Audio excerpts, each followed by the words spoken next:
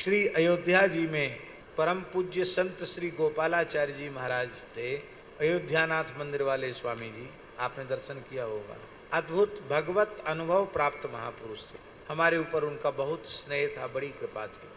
पूज्य संत श्री गोपालाचार्य जी, उनकी जन्मदात्री जो माताजी थी, उनका भगवान कनक बिहारी श्री रघुनाथ जी के प्रति वात्सल्य भाव था। ऐसा सिद्ध वात्सल्य भाव था कि स्वप्न नहीं, ध्यान नहीं, प्रत्यक्ष अवस्था में 9 वर्ष तक कनक बिहारी जी ने उनका स्तनपान किया। कितने वर्ष तक? 9 साल तक ठाकुर जी ने दूध पिया था उनकी माता का। उन माता जी का भी हमने दर्शन किया। एक दिन राम जी बोले माता जी से कि हमारा विवाह करा दो। बोले दूध पीना तो छोड़ो पहले। कहते तुम्हारे दूध में बहुत मिठास है, छूटता नहीं है। फिर ब्याह कैसे होगा? दूध पीने वाले बच्चे का ब्याह थोड़ी होता है, थोड़े सयाने हो जाओ। तो एक दिन माता जी ने अपने स्तन में कत्था लगा दिया घोल करके कि कड़ुआ कड़ुआ लगेगा तो नहीं पिएंगे। उस बात से ठाकुर जी ने आना बंद कर दी। फिर बड़े समारोह पूर्वक श्री किशोरी जी के साथ रघुनाथ जी का विवाह, चारों लाल जी का विवाह किया। वो कहते थे मेरे 4 बेटे हैं, 4 बहुएं हैं। शरयू जी के जल से ही घर में पूरी रसोई बनती थी,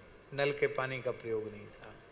तो अयोध्या के एक रसिक परंपरा के एक संत थे, सिद्ध संत थे वो भी। उनके यहाँ माता जी चली गई दर्शन करने के लिए।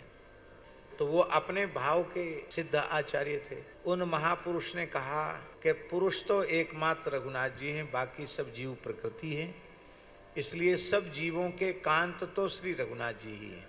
इसलिए इसी भाव से भजना, ये अंतिम साधना का चरम फल यही है, इसी भाव से इनको भजना। इतना सुनते ही पूज्य गोपालाचार्य जी की माताजी भावाविष्ट हो गई और उन्होंने कहा महाराज ज्यादा प्रवचन मत करो। जो 9 वर्ष हमारी गोदी में लेटकर दूध पिए हैं उनको पति बनाने की सलाह दे रहे हो, उनमें कांत भाव करने की सलाह दे रहे हो। वे महापुरुष अपने आसन से उठे और माता जी के चरणों में अपना मस्तक रख दिया। इसको कहते हैं सिद्ध भाव। अद्भुत थी।